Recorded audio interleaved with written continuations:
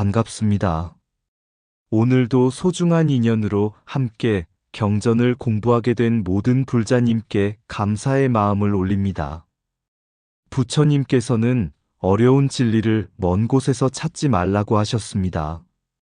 우리가 매일 사용하는 손과 몸, 그리고 살아가는 일상 속에서 그대로 불법을 발견할 수 있도록 가르쳐 주셨습니다.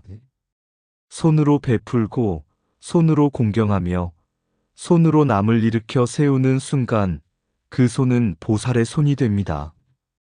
또한 우리의 몸은 탐욕을 채우는 그릇이 아니라 지혜를 담고 자비를 키우는 수행의 도량이 됩니다.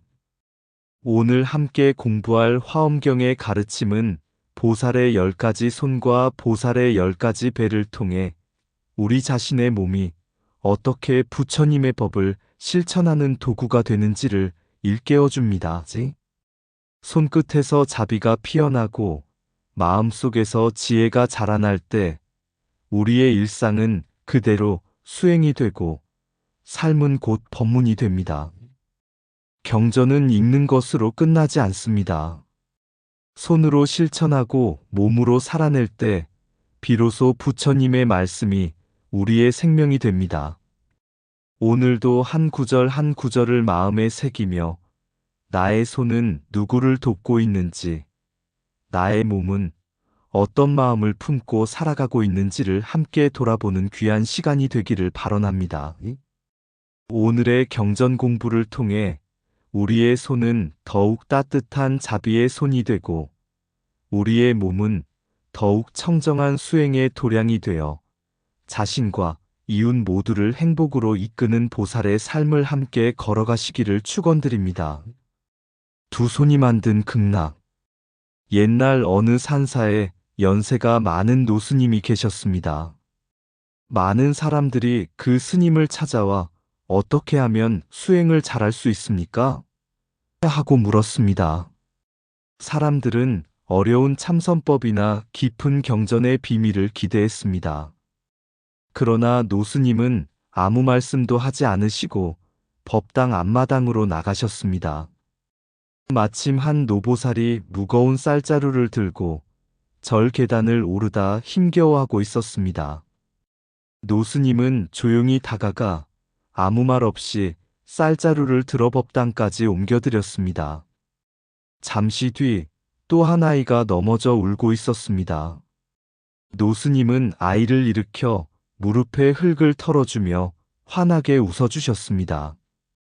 그리고 법당으로 들어가기 전에는 합장하며 부처님께 예를 올렸고 길가에 떨어진 나뭇가지 하나도 사람들이 걸려 넘어질까 조용히 치워두셨습니다. 그 모습을 지켜보던 대중은 의아했습니다. 스님, 저희는 수행법을 여쭈었는데 왜 아무 말씀도 하지 않으십니까? 노스님은 자신의 두 손을 펼쳐 보이며 미소를 지었습니다. 경전은 이 손을 어떻게 쓰는지를 가르쳐 주는 것이네. 잠시 침묵이 흐른 뒤 스님은 다시 말씀하셨습니다. 이 손이 남을 돕는 손이 되면 보시가 되고 먼저 인사하는 손이 되면 공경이 되며 부처님께 합장하는 손이 되면 공양이 된다. 중생을 일으키는 손은 곧 보살의 손이고 번뇌를 놓아버리는 마음은 부처님의 손이 되는 것이네. 그날 저녁 공양 시간에 한 젊은 행자가 노스님께 물었습니다. 스님, 그러면 수행은 어디에서 시작됩니까? 노스님은 자신의 배를 가볍게 두드리며 말씀하셨습니다. 배도 수행처일세. 음식을 탐욕으로 채우면 번뇌가 자라고 감사한 마음으로 받아들이면 지혜가 자란다. 몸은 욕망을 담는 그릇이 아니라 법을 담는 그릇이네. 그 말을 들은 행자는 비로소 화엄경에서 말하는 보살의 10가지 손과 10가지 배의 뜻을 깨닫기 시작했습니다. 수행은 특별한 산속에서만 이루어지는 것이 아니었습니다. 남을 향해 내미는 한 번의 손길, 정성껏 올리는 합장, 절제하는 한 끼의 공양, 상대를 먼저 배려하는 한마디 인사가 모두 부처님께서 말씀하신 보살행이었습니다. 그날 이후 행자는 거창한 깨달음을 찾기보다 매일 자신의 손을 살피고 자신의 몸과 마음을 바르게 쓰는 일에 정성을 다했습니다. 세월이 흘러 사람들은 그를 바라보며 저 스님의 손에서는 따뜻함이 느껴지고 곁에 있으면 마음이 편안해진다 고 말했습니다. 화엄경은 우리에게 멀리 있는 부처님을 찾으라고 하지 않습니다. 지금 이 손으로 자비를 실천하고 이 몸으로 탐욕을 다스리며 이 마음으로 연기의 진리를 살아가라고 가르칩니다. 손끝에 자비가 머물면 그곳이 보살의 길이고 몸속에 지혜가 깃들면 그곳이 바로 부처님의 도량입니다. 보살의 손은 중생을 향하는 자비의 손입니다. 십종수 화엄경은 보살의 몸을 하나하나 비유하면서 수행의 길을 가르쳐 줍니다. 그 가운데 가장 먼저 등장하는 것이 바로 손입니다. 손은 마음을 밖으로 드러내는 기관입니다. 마음속에 자비가 있더라도 손이 움직이지 않으면 세상은 그 자비를 알 수 없습니다. 그래서 부처님께서는 보살의 수행을 10가지 손으로 설명하시며 우리의 손이 곧 부처님의 손이 될 수 있음을 일깨워 주십니다. 첫째, 깊은 믿음으로 부처님의 가르침을 받아 지니는 손입니다. 모든 수행의 시작은 믿음입니다. 여기서 말하는 믿음은 맹목적인 신앙이 아니라 부처님의 가르침을 배우고 이해하며 실천하려는 굳은 신심입니다. 경전을 두 손으로 공손히 받들고 한 구절이라도 마음속에 새기며 살아가는 사람이 바로 이 손의 주인입니다. 씨앗이 좋은 땅에 심겨야 싹이 트듯이 부처님의 법도 믿음이라는 손이 받아들일 때 비로소 삶 속에서 꽃을 피웁니다. 둘째, 필요한 사람에게 아낌없이 베푸는 보시의 손입니다. 보시는 재물이 많아서 하는 것이 아닙니다. 따뜻한 말 한마디, 지친 사람의 등을 토닥여주는 손길, 어려운 이웃을 향한 작은 정성도 모두 보시입니다. 화엄경은 누군가 도움을 청하면 빈손으로 돌려보내지 말라고 가르칩니다. 보살의 손은 움켜쥐는 손이 아니라 펼쳐지는 손입니다. 손을 펼칠수록 복은 줄어드는 것이 아니라 더욱 커집니다. 셋째, 먼저 안부를 묻고 예를 갖추는 공경의 손입니다. 보살은 상대가 먼저 인사하기를 기다리지 않습니다. 먼저 합장하고 먼저 웃으며 먼저 안부를 묻습니다. 작은 예절 하나가 상대의 마음을 따뜻하게 만들고 그 따뜻함이 또 다른 선행을 낳습니다. 겸손은 자신을 낮추는 것이 아니라 상대를 존중하는 마음입니다. 합장하는 두 손은 서로 다른 두 존재가 하나의 마음으로 만나는 가장 아름다운 수행입니다. 넷째, 부처님께 공양하며 복덕을 쌓는 손입니다. 공양은 부처님께 음식만 올리는 것이 아닙니다. 깨끗한 마음을 올리고 감사한 마음을 올리고 정성을 올리는 것이 진정한 공양입니다. 오늘 하루 맡은 일을 성실하게 하고 가족을 사랑하며 이웃을 돕는 삶도 부처님께 올리는 공양입니다. 공덕은 거창한 일보다 꾸준한 정성에서 자랍니다. 다섯째, 많이 배우고 바르게 전하는 법문이 손입니다. 보살은 늘 배우기를 멈추지 않습니다. 많이 듣고 많이 생각하고 많이 수행한 사람만이 바른 법을 전할 수 있습니다. 자신의 생각이 아니라 부처님의 말씀을 전하는 사람이 진정한 법의 전승자입니다.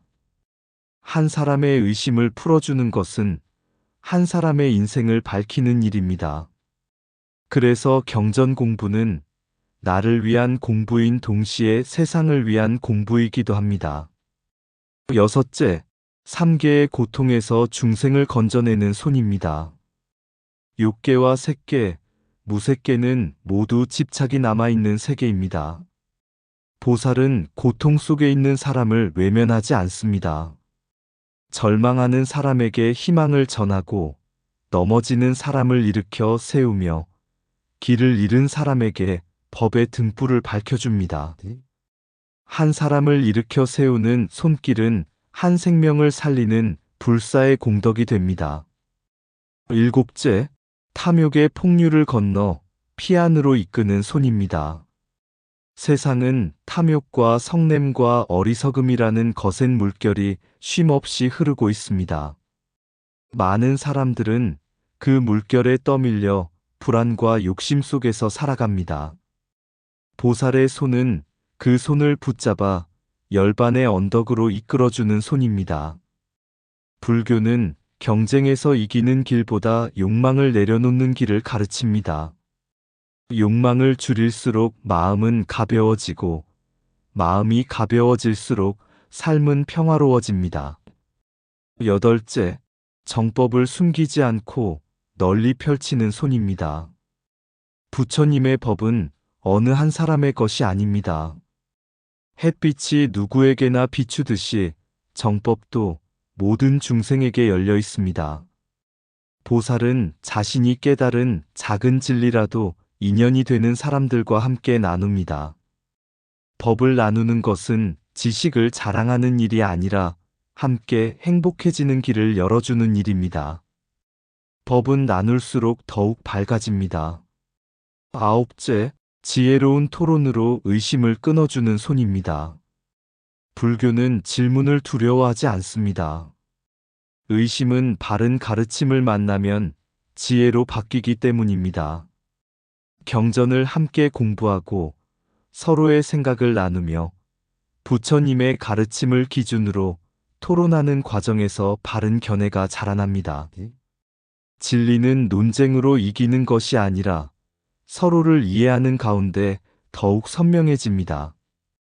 10째, 항상 지혜의 보배를 간직하여 번뇌를 밝히는 손입니다. 세월이 흐르면 누구나 늙고 병들며 결국 이별을 맞이합니다. 그러나 지혜를 가진 사람은 그것을 두려워하지 않습니다. 생로병사가 자연의 이치임을 알고 그 속에서도 감사하며 수행합니다. 부처님께서는 번뇌를 없애려면 밖을 바꾸기보다 마음을 밝히라고 하셨습니다. 지혜는 어둠과 싸우지 않습니다. 등불 하나를 켜면 어둠은 저절로 사라집니다. 그 지혜의 등불을 언제나 손에 들고 살아가는 사람이 바로 보살입니다. 화엄경의 십종수는 특별한 능력을 가진 손을 말하는 것이 아닙니다. 남을 돕는 손, 합장하는 손, 베푸는 손, 공부하는 손, 중생을 일으키는 손, 진리를 전하는 손이 곧 보살의 손입니다. 오늘 내 손이 누군가의 눈물을 닦아주었다면 그 손은 이미 부처님의 손입니다. 오늘 내 손이 합장으로 감사하고 보시로 나누며 정법을 실천하였다면 그 손은 화엄경이 말하는 십종수입니다. 우리의 두 손은 세상을 움켜쥐기 위해 있는 것이 아니라 중생을 품고 부처님의 자비를 실천하기 위해 존재합니다. 바로 그때 평범한 두 손은 가장 거룩한 보살의 손이 됩니다. 보살의 손은 중생을 향하는 자비의 손입니다. 손이 자신을 위해 움직이면 욕심이 되고 중생을 위해 움직이면 보살행이 된다. 부처님의 가르침은 머리로 아는 데서 끝나지 않고 손으로 실천할 때 비로소 꽃을 피운다. 합장한 두 손은 세상을 향해 자신을 낮추고 부처님을 향해 마음을 높이는 수행의 시작이다. 베풀문 가진 것이 많아서 하는 것이 아니라 자비로운 마음이 손끝에 머물 때 시작된다. 법을 배우는 손은 자신의 지혜를 밝히고 법을 전하는 손은 세상의 어둠을 밝힌다. 중생의 눈물을 닦아주는 한 번의 손길은 1000번의 말보다 깊은 법문이 된다. 욕망의 물결을 거슬러 피안으로 향하는 길에는 언제나 자비의 손이 함께한다. 정법은 감추어둘 보물이 아니라 함께 나눌수록 더욱 빛나는 생명의 등불이다. 지혜로운 사람은 논쟁에서 이기려 하지 않고 의심을 걷어 진리를 드러내려 한다.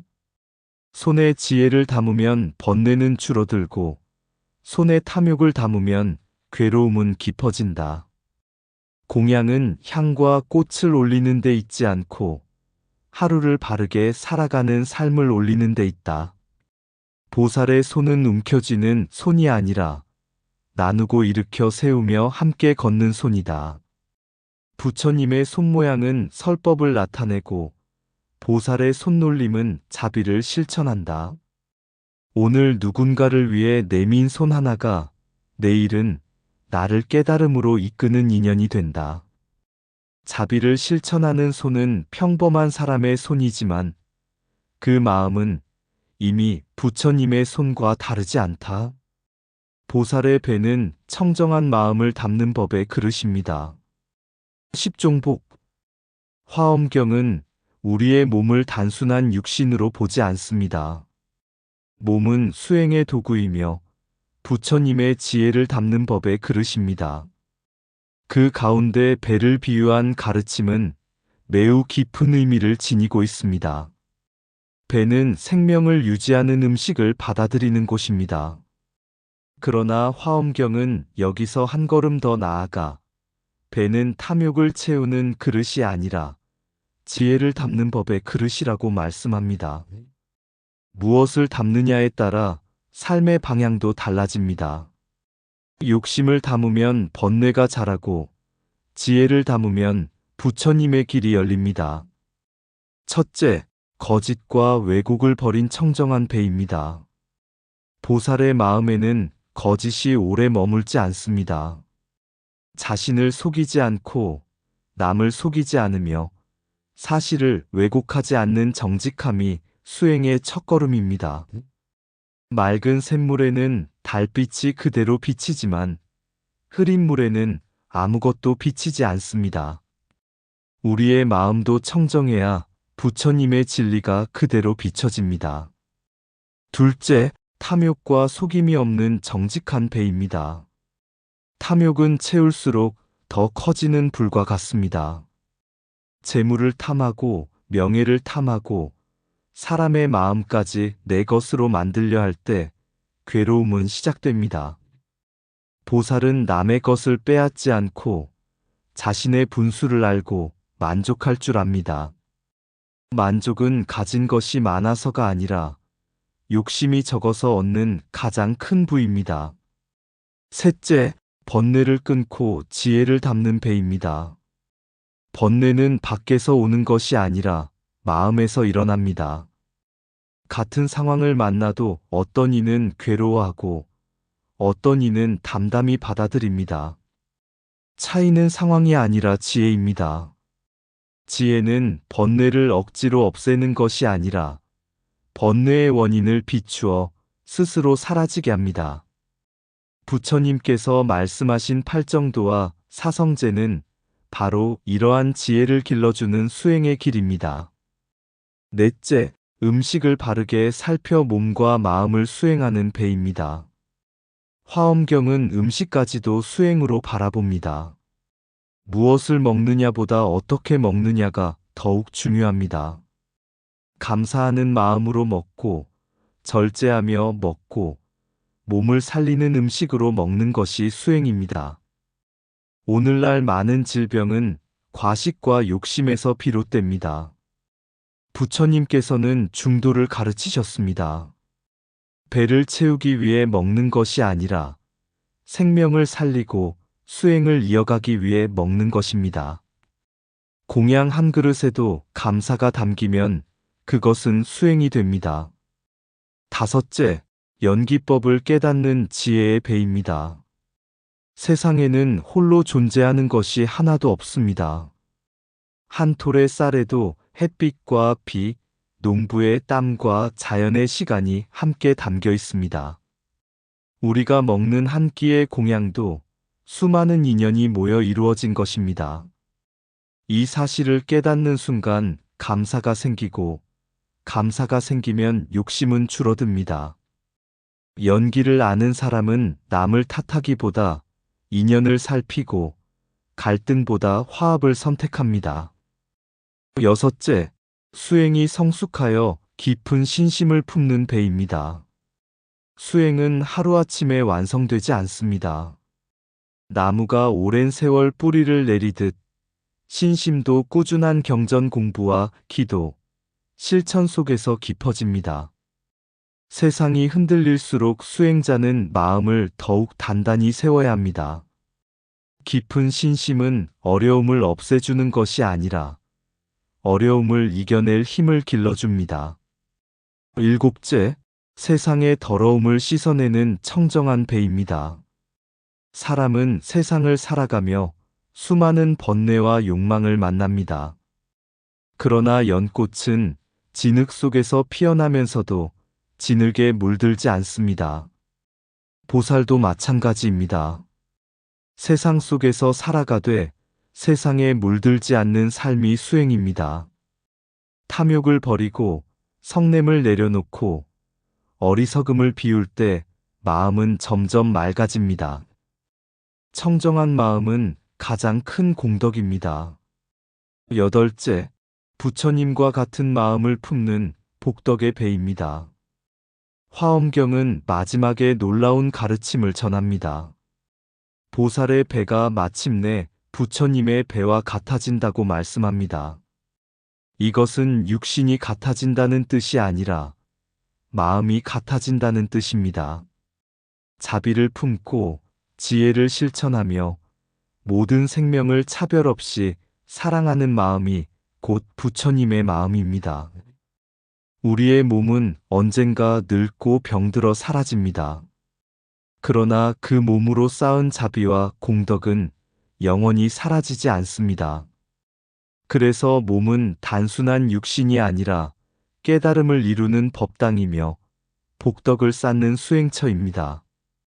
화엄경이 말하는 십종복은 우리의 배를 통해 삶의 태도를 가르쳐 줍니다. 무엇을 먹고 무엇을 담고 무엇을 키우며 살아갈 것인가를 끊임없이 돌아보게 합니다. 배를 욕심으로 채우면 괴로움이 자라고 지혜로 채우면 평화가 자랍니다. 감사로 채우면 복덕이 자라고 자비로 채우면 부처님의 마음이 자랍니다. 오늘도 우리는 하루 세 끼의 음식을 먹습니다. 그 한 끼가 탐욕을 키우는 공양이 될 수도 있고 수행을 이어가는 공양이 될 수도 있습니다. 화엄경은 우리에게 말합니다. 몸은 수행의 그릇이며 배는 지혜를 담는 법의 그릇이다. 그릇이 맑으면 담기는 것도 맑아집니다. 우리의 마음이라는 그릇을 청정하게 가꾸어 갈 때 평범한 일상의 몸은 어느새 부처님의 몸을 닮아가고 우리의 삶은 그대로 화엄의 세계를 이루는 보살행이 됩니다. 보살의 배는 청정한 마음을 담는 법의 그릇입니다. 마음의 그릇이 맑으면 지혜가 담기고 마음의 그릇이 흐리면 번뇌가 넘쳐난다. 배를 음식으로만 채우는 사람은 하루를 살고 지혜로 채우는 사람은 한 생을 밝힌다. 탐욕을 비우는 만큼 복덕은 자라고 집착을 내려놓는 만큼 평화는 깊어진다. 청정한 마음은 부처님을 닮으려 애쓰는 것이 아니라 탐진치를 비울 때 저절로 드러난다. 거짓을 버린 마음에는 두려움이 없고 진실을 품은 삶에는 흔들림이 없다. 공양은 배를 채우기 위한 음식이 아니라 수행을 이어가기 위한 감사의 실천이다. 절제된 한 끼는 몸을 살리고 감사하는 한 마음은 영혼을 살린다. 연기법을 깨달은 사람은 인연을 탓하지 않고 인연을 감사로 바꾸어 간다. 번뇌를 억누르려 하지 말고 지혜를 밝히면 어둠은 새벽을 만나듯 스스로 사라진다. 수행은 특별한 곳에서 이루어지는 것이 아니라 매일 먹고 말하고 살아가는 삶 속에서 익어간다. 욕심으로 채운 배는 만족을 모르고 지혜로 채운 마음은 작은 것에도 행복을 발견한다. 몸은 잠시 머무는 집이지만 그 안에 담은 자비와 공덕은 영원한 삶의 향기가 된다. 깊은 신심은 시련을 없애주는 것이 아니라 시련을 깨달음으로 바꾸는 힘이 된다. 청정한 마음은 세상을 떠나 얻는 것이 아니라 세상 속에서도 물들지 않는 삶에서 피어난다. 부처님과 같은 마음을 품는 순간 우리의 몸은 법당이 되고 우리의 삶은 그대로 화엄의 세계가 된다. 내 몸이 곧 수행도량이며 부처님의 몸입니다. 화엄경은 우리에게 부처님을 멀리 계신 존재로만 바라보지 말라고 가르칩니다. 부처님의 지혜와 자비는 지금 이 몸을 통해 드러날 수 있으며 우리가 살아가는 일상 자체가 수행의 도량이 될 수 있음을 일깨워줍니다. 많은 사람들은 수행이라고 하면 깊은 산속의 선방이나 큰 법당에서만 이루어지는 특별한 일이라고 생각합니다. 그러나 화엄경은 가장 가까운 곳, 바로 우리 자신의 몸에서 수행이 시작된다고 말씀합니다. 손과 발, 눈과 귀, 입과 마음을 어떻게 쓰느냐에 따라 우리는 범부의 삶을 살 수도 있고 보살의 삶을 살아갈 수도 있습니다. 첫째, 손은 행동하는 자비가 되어야 합니다. 세상에는 좋은 마음을 가진 사람이 많습니다. 그러나 좋은 마음만으로는 세상이 변하지 않습니다. 자비는 손이 움직일 때 비로소 완성됩니다. 넘어진 사람을 일으켜주는 손, 외로운 사람의 손을 잡아주는 손, 어려운 이웃에게 공양을 올리는 손, 합장으로 감사와 공경을 표현하는 손.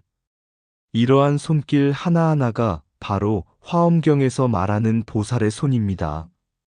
부처님께서는 자비를 마음속에만 간직하지 않으셨습니다. 걸어가시고 손을 내미시고 직접 중생을 교화하셨습니다.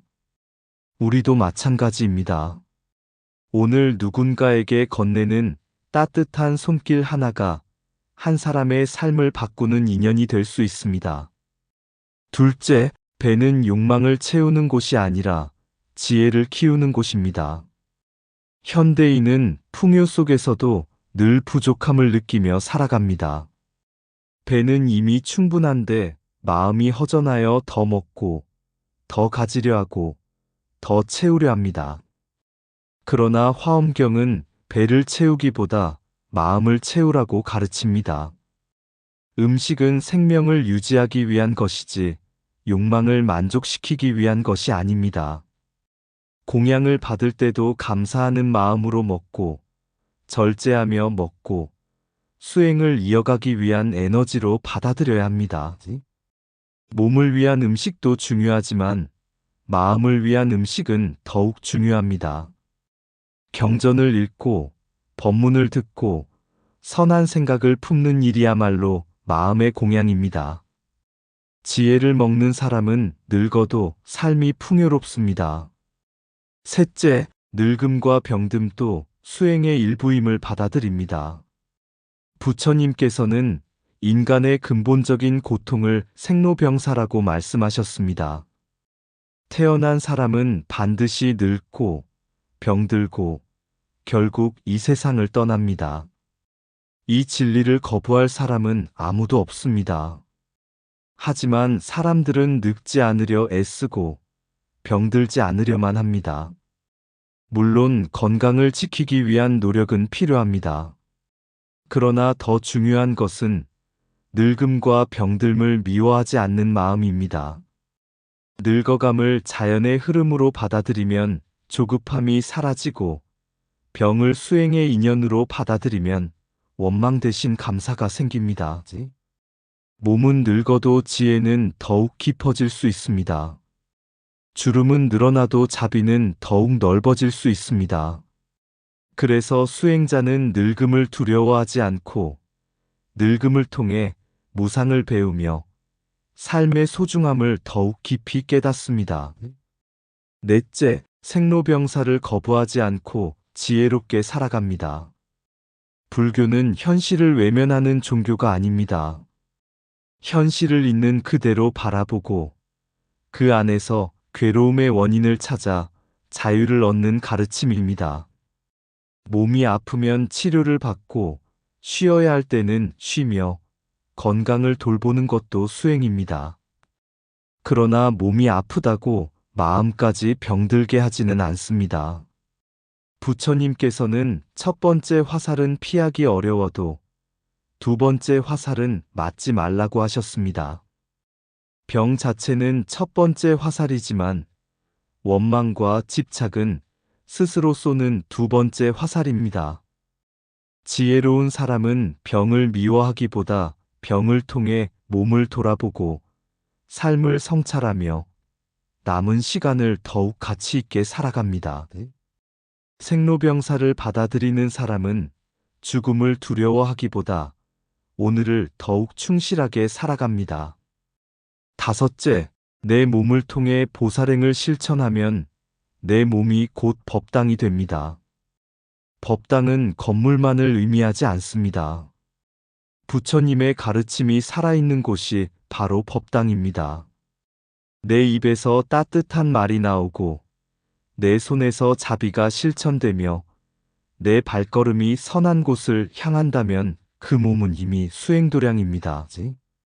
매일 아침 합장하는 손, 부모님께 공경을 실천하는 몸, 어려운 이웃을 찾아가는 발걸음. 이 모든 것이 살아있는 법문입니다. 화엄경은 우리에게 몸을 함부로 쓰지 말라고 가르칩니다. 몸은 욕망을 위한 도구가 아니라 중생을 이롭게 하는 보살의 도구이기 때문입니다. 여섯째, 손과 배가 청정해질수록 우리의 삶도 부처님의 삶을 닮아갑니다. 보살은 하루아침에 이루어지지 않습니다. 작은 실천이 쌓여 큰 공덕이 되고 작은 자비가 쌓여 큰 깨달음이 됩니다. 손은 날마다 더 많이 베풀고 배는 날마다 더 많이 절제하며 마음은 날마다 더 많이 비워갈 때 우리는 조금씩 부처님을 닮아갑니다. 부처님과 우리를 구별하는 것은 몸이 아니라 마음의 방향입니다. 탐욕을 향하면 범부의 길이고 자비를 향하면 보살의 길이며 지혜를 향하면 부처님의 길입니다. 그러므로 화엄경은 멀리 있는 이상향을 이야기하지 않습니다. 오늘 하루의 삶을 어떻게 살아가느냐를 이야기합니다. 손으로 선행을 실천하고 배를 절제하며 마음을 맑게 닦는 하루가 모여 한 사람의 인생을 바꾸고 한 사람의 인생이 세상을 밝히게 됩니다. 화엄경은 우리 몸을 통해 진리를 가르치는 살아있는 경전입니다. 손은 자비를 실천하는 수행의 손이 되고 배는 지혜를 담는 법의 그릇이 되며 몸 전체는 부처님의 가르침을 실천하는 도량이 됩니다. 우리의 몸은 언젠가 흙으로 돌아가지만 이 몸으로 행한 자비와 보시, 공경과 수행은 결코 사라지지 않습니다. 오늘 내 손으로 한 번 더 베풀고 오늘 내 마음으로 한 번 더 용서하며 오늘 내 몸으로 한 걸음 더 선한 길을 걸어간다면 그 삶은 이미 화엄경이 말하는 보살의 삶입니다. 몸을 바르게 쓰는 사람이 수행을 이루고 마음을 바르게 쓰는 사람이 부처님을 닮습니다. 내 몸이 청정해질수록 내 삶은 법당이 되고 내 삶이 자비로워질수록 세상은 화엄의 세계로 피어나게 됩니다. 내 몸이 곧 수행도량이며 부처님의 몸입니다. 몸은 잠시 머무는 인연의 집이지만 그 몸으로 행한 자비는 영원한 공덕이 된다. 손이 자비를 실천할 때 몸은 수행도량이 되고 마음이 청정할 때 삶은 법당이 된다. 배를 욕망으로 채우면 번뇌가 자라고 지혜로 채우면 깨달음이 자라난다. 생로병사는 피해야 할 적이 아니라 무상을 깨닫게 하는 위대한 스승이다. 늙음을 슬퍼하지 말고 지혜를 더하고 병을 원망하지 말고 마음을 밝히면 수행은 더욱 깊어진다. 보살은 특별한 몸을 가진 사람이 아니라 평범한 몸으로 부처님의 길을 걷는 사람이다. 합장하는 두 손에는 공경이 담기고 베푸는 두 손에는 부처님의 자비가 담긴다. 오늘의 작은 선행 하나가 내일의 큰 공덕이 되고 한 번의 따뜻한 손길이 한 사람의 인생을 바꾼다. 몸을 돌보는 것은 집착이 아니라 수행을 이어가기 위한 지혜로운 실천이다. 탐욕은 몸을 지치게 하지만 감사는 몸과 마음을 함께 살리는 가장 좋은 약이다. 수행은 먼 산속에서만 이루어지는 것이 아니라 오늘 하루를 바르게 살아가는 일상에서 완성된다. 마음을 비울수록 몸은 가벼워지고 욕심을 내려놓을수록 삶은 평안해진다. 부처님을 닮는 길은 먼 곳에 있지 않다. 지금 이 몸으로 자비를 실천하는 순간 그 길은 시작된다. 몸은 세월 앞에 늙어가지만 자비와 지혜는 수행할수록 더욱 젊어지고 빛난다. 내 몸을 부처님의 법을 실천하는 도량으로 삼을 때 걸음마다 수행이 되고 삶 자체가 화엄의 세계가 된다. 두 손을 모은 노인의 마지막 미소. 어느 마을에 평생을 평범하게 살아온 한 노인이 있었습니다. 그는 큰 절을 세운 적도 없고 이름난 수행자가 된 적도 없었습니다. 남들처럼 농사를 짓고 가족을 돌보며 하루하루를 살아온 사람이었습니다. 하지만 마을 사람들은 그를 만나면 늘 마음이 편안해졌습니다. 길에서 아이를 만나면 먼저 웃으며 인사했고 무거운 짐을 든 사람을 보면 말없이 손을 내밀었습니다. 어려운 이웃이 있으면 가진 것이 많지 않아도 조금씩 나누었고 누구와 다투더라도 먼저 사과하며 화해를 청했습니다. 사람들은 말했습니다. 저 어르신은 특별한 법문을 하지 않는데도 함께 있으면 마음이 따뜻해집니다. 세월은 흘러 노인은 어느덧 백발이 되었습니다. 허리는 굽고 걸음은 느려졌으며 병원에 다니는 날도 많아졌습니다. 어느 날 한 젊은이가 찾아와 물었습니다. 어르신, 늙고 병들면 두렵지 않으십니까? 노인은 빙그레 웃으며 자신의 두 손을 바라보았습니다. 젊을 때는 이 손으로 내 것을 모으려고 애썼지. 하지만 부처님 법을 배우고 나서는 이 손이 남을 돕는 손이 되어야 한다는 것을 알았네. 그리고는 자신의 배를 가볍게 두드리며 말했습니다. 이 배도 예전에는 욕심으로 채우려 했지만 이제는 감사와 만족으로 채우려고 하지. 그러니 몸은 늙어도 마음은 늙지 않는 것 같네. 젊은이는 다시 물었습니다. 그래도 죽음은 두렵지 않으십니까? 노인은 조용히 합장을 했습니다. 봄꽃이 피면 가을에는 열매를 맺고 가을이 지나면 겨울이 오는 것이 자연의 이치이듯 태어난 사람은 누구나 늙고 병들고 떠나게 마련이네. 그 사실을 거부하지 않으니 두려움도 점점 작아지더군. 잠시 침묵이 흐른 뒤 노인은 마지막으로 이렇게 말했습니다. 부처님께서는 멀리 계신 분이 아니네. 내가 자비를 베풀 때는 내 손이 부처님의 손이 되고 욕심을 내려놓을 때는 내 마음이 부처님의 마음이 되며 이 몸으로 선한 일을 실천할 때는 내 삶이 그대로 법당이 되는 것이네. 그 말을 들은 젊은이는 깊이 머리를 숙였습니다. 그날 그는 깨달았습니다. 수행은 특별한 사람만 하는 것이 아니라 오늘 하루를 어떻게 살아가느냐에 달려 있다는 것을 손으로 베푸는 작은 친절 하나, 배움을 향한 한 걸음, 감사하며 먹는 한 끼의 공양, 늙음과 병듦을 담담히 받아들이는 마음 하나가 모두 부처님께서 말씀하신 보살행이라는 것을 말입니다. 사랑하는 불자 여러분, 화엄경은 우리의 몸을 하찮게 보지 않습니다. 이 몸은 탐욕을 채우기 위해 존재하는 것이 아니라 자비를 실천하고 지혜를 키우며 중생을 이롭게 하기 위해 받은 소중한 인연의 도량입니다. 오늘 우리의 두 손으로 한 사람을 도와주십시오. 오늘 우리의 마음으로 한 사람을 용서해 보십시오. 오늘 우리의 몸으로 한 걸음 선한 길을 걸어가 보십시오. 그 작은 실천 하나가 쌓여 우리의 삶은 부처님의 삶을 닮아가고 우리의 가정은 작은 법당이 되며 우리의 세상은 화엄의 연꽃처럼 서로를 비추는 아름다운 세계가 될 것입니다. 손은 자비를 실천하고 마음은 지혜를 품으며 몸은 수행을 이어갈 때 우리는 이미 부처님께서 걸으신 길 위에 서 있습니다. 오늘도 그 길을 함께 걸어가는 모든 불자님들의 가정에 부처님의 자비광명이 늘 함께 하시기를 발언합니다.